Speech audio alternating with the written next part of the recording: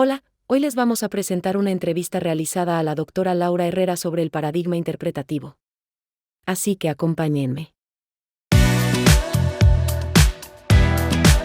Hola, buenos días, maestra. Buenos días. Venimos de la clase de la materia del profe Alfredo, la materia de epistemología, y estamos haciendo una investigación acerca del paradigma interpretativo. Entonces quisiera saber si nos pudiera conceder el favor de contestarnos algunas preguntas acerca del tema. Claro. Muy bien, para comenzar, para usted, ¿en qué consiste el paradigma interpretativo? Bueno, el paradigma interpretativo viene a romper otro paradigma, un paradigma positivista. Necesito hablarles un poquito para que sepan qué es el interpretativo. El paradigma positivista se ha dedicado a el pensamiento del hombre, de la humanidad, se ha dedicado a ver cómo domina el mundo y cómo lo encontró, cómo dominarlo, observándolo, experimentándolo, midiéndolo y controlándolo. Eso ha hecho el paradigma positivista. Entonces se empezó a ver que eso no respondía a los problemas de la humanidad, o sea, eso no ayuda. El control de la naturaleza, la explotación del hombre, la explotación de los recursos naturales, el aire, el agua, la tierra. Pero eso ha ido acrecentando los problemas de la humanidad. Entonces el paradigma interpretativo precisamente ya no se trata de que el conocimiento se mida, se cuantifique y se controle, sino que se tiene que interpretar lo que está pasando con el mundo, con la gente. Entonces el paradigma interpretativo viene a romper ese otro paradigma pasado. Pero no quiere decir que el otro dejó de existir. Ambos paradigmas coexisten. También viene después otro paradigma que rompe al interpretativo. Entonces, en el interpretativo, pues tenemos que precisamente reflexionar sobre el mundo, interpretarlo. Por ejemplo, en el positivista se tiene, digamos, que el 25% de los mexicanos viven en extrema pobreza. Es una medida de pobreza desde un paradigma positivista que cuantifica la pobreza. Desde el interpretativo podría ser muy diferente y preguntarnos por qué esa gente, ese 25% está en extrema pobreza. Entonces es ir a la historia, ir más allá del dato. El interpretativo cuestiona los datos. Eso hace. ¿Y cuál es su punto de vista hacia este paradigma? O sea, ¿lo ve correcto? ¿Cuál es su vista hacia él? Pues es muy bueno, muy necesario, pero no es lo único. No solamente se debe interpretar el mundo, también se debe transformar. Entonces la interpretación es solamente una herramienta para lo que sigue. Se tiene que interpretar, se tiene que hacer crítica para buscar cambiar la realidad del mundo, o de la educación, o de los niños en una escuela, de los maestros. Ok, maestra. ¿Qué diferencia el paradigma interpretativo a una investigación científica? No hay diferencia. Una investigación desde un paradigma interpretativo es una investigación científica.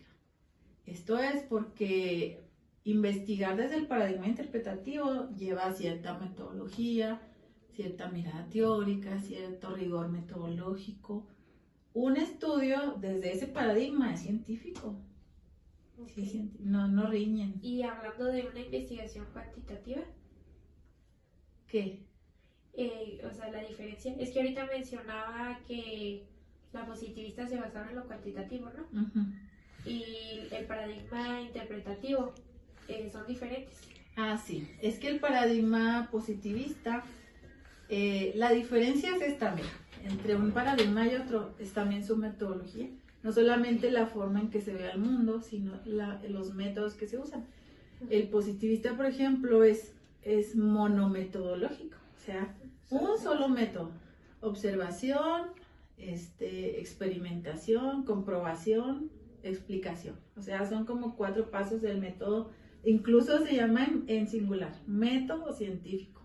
Bueno, con el paradigma interpretativo se viene a romper ese monismo metodológico. Entonces se descubre que para estudiar la sociedad hay muchos métodos y no solamente uno. Ese del paradigma positivista es el método para estudiar a la naturaleza, ¿sí? A los fenómenos naturales, pero a los fenómenos sociales hay muchos métodos, en eso se diferencian.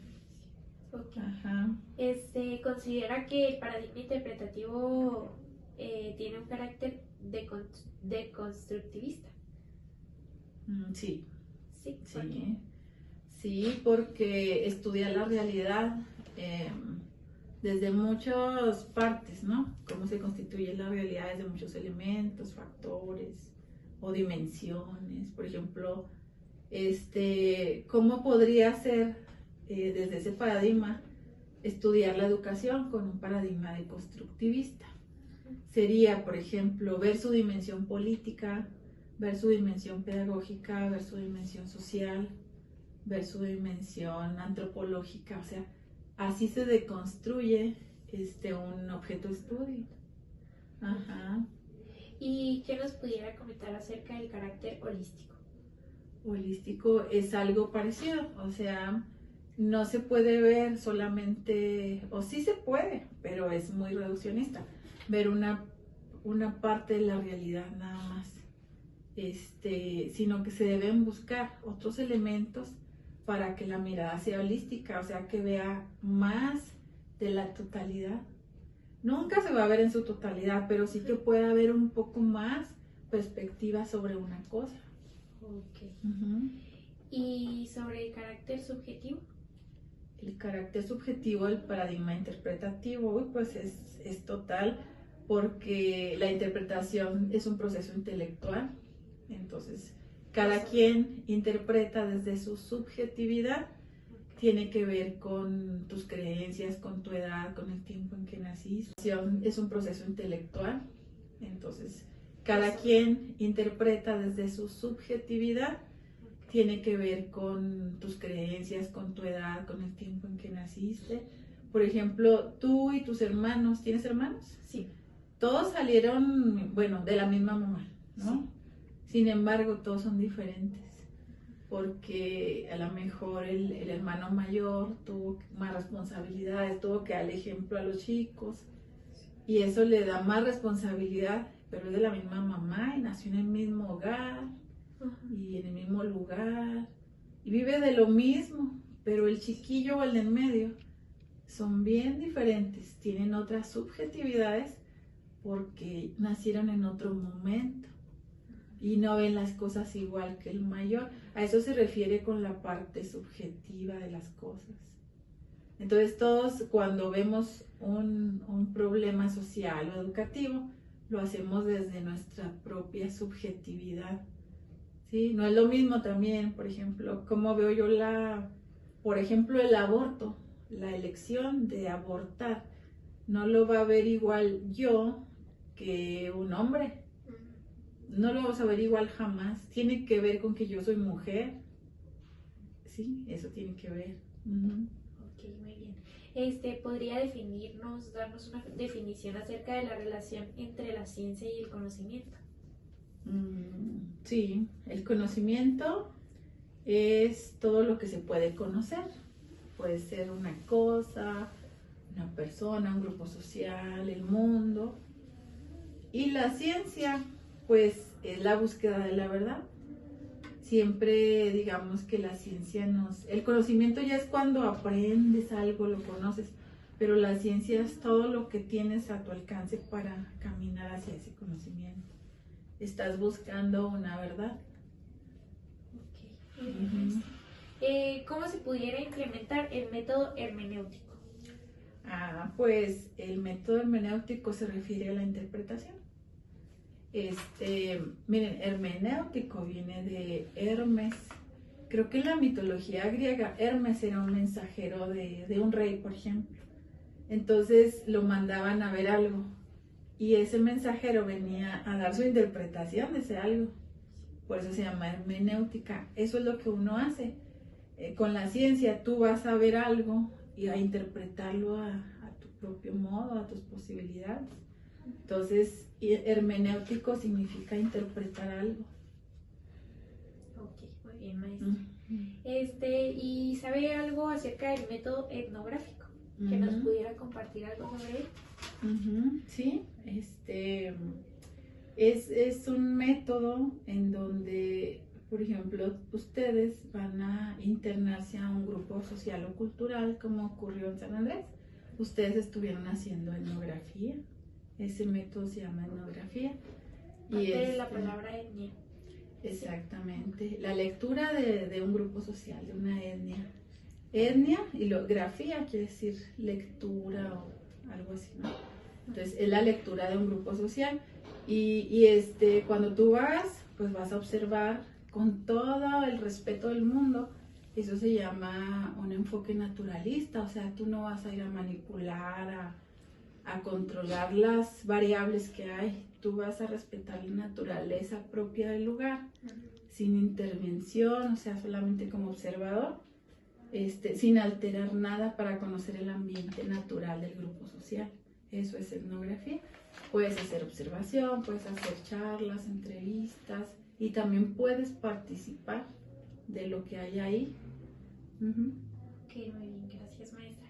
Y hablando del método de investigación acción principiante, abreviado IAP, ¿conoce algo sobre él? Sí, en primer lugar está mal dicho, no es principiante, es participante. Participante. Ajá, sí. Investigación, acción, participante. ¿Se lo puedo volver a preguntar? Sí. Okay. Bueno, hablando del método de investigación acción. No, otra vez. Ya te lo recordamos. Hablando del método de investigación acción participante, ¿nos pudiera comentar algo sobre él? Sí, pues es lo que uno tiene que hacer cuando investiga. O sea, ahorita te decía, quedarse en la pura interpretación es muy reduccionista. Uno tiene que actuar. En el problema que encuentre, uno tiene que actuar. Eso es investigación, acción, llevar la acción participante. Pero la parte participante le da un plus. O sea, tú no puedes ir a una realidad, detectar un problema y querer resolverlo. Pues no, ¿tú quién eres? O sea, tú no eres superior ni vas a ir a dar soluciones. Más bien es generar ahí la discusión, detectar problemas desde la misma gente y que de la misma gente surjan las alternativas para cambiar esa realidad. No que tú sepas todo y tú vas a decirles lo que tienen que hacer. Pero tú eres participante, pero no solo tú. Tú haces partícipes a las personas, a las que entrevistas y también son partícipes para solucionar esa realidad. Y a veces la mirada de ese grupo cultural ni siquiera tiene que ver con uno. Les voy a platicar lo que ha pasado. Por ejemplo, en un lugar cerca de Delicias, fueron a trabajar unos maestros, ¿no? Es un pueblito alejado. Y ellos decían, oigan, pues aquí en este pueblo no hay agua, no hay nada de agua. Vamos a hacer una investigación, acción, para que la gente pida, pues se organice para tener agua potable o de tubo o algo. Entonces hacen todo el proceso, ¿no? La etnografía, las entrevistas y van detectando problemáticas, sale lo del agua, pero también salen otras cosas. Entonces cuando hay una asamblea y se junta la gente para ver qué van a hacer con los problemas que tienen, ahí están los maestros, ¿no? Que hicieron todos estos procesos. Y ellos esperaban que dijeran, pues hay que hacer un pozo, o hay que traer una pipa, o lo que sea, o depósitos de agua. No, se fueron para atrás cuando la gente, con los problemas que tienen, ahí están los maestros, ¿no? Que hicieron todos estos procesos. Y ellos esperaban que dijeran, pues hay que hacer un pozo, o hay que traer una pipa, o lo que sea, o depósitos de agua. No, se fueron para atrás cuando la gente, su prioridad no era el agua. Era que no había expendio cerca y ellos necesitaban relajarse el fin de semana y tomar cerveza. Entonces ellos dijeron, ay, ¿cómo que? Bueno, la investigación-acción, el enfoque naturalista debe respetar las prioridades del grupo cultural. Así estén en contra de tu pensamiento o de tu lógica. Lo que ellos quieren es eso y eso debe ser.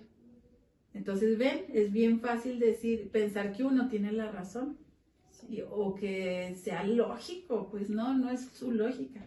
Entonces la investigación-acción respeta el ambiente natural y cultural de las personas. ¿Y qué se hizo? Pues se acercaron trámites para poner expendios en el pueblo. Eso se hizo porque la gente eso quería. Pues es impactante, ¿verdad? Sí. Esa situación. ¿Y esto qué diferencia de otros métodos de investigación? Mucho. Por ejemplo, yo escribí hace poquito, salió un libro donde yo escribí sobre extractivismo académico, que muchas veces uno hace eso, va e investiga, se trae la información, te sirve para una calificación, te sirve para guardar el estudio en una carpeta o en una tesis. ¿Y tú qué le dejaste a esa persona que te dio la información y que te dejó entrar en su realidad? ¿Qué le dejas? El académico o el investigador no le deja nada, se convierte en una invasión cultural. Entonces, ¿cuál es la parte ética de esto? De que uno tiene que sembrar algo, en vez de extraer, tiene que dejar algo plantado.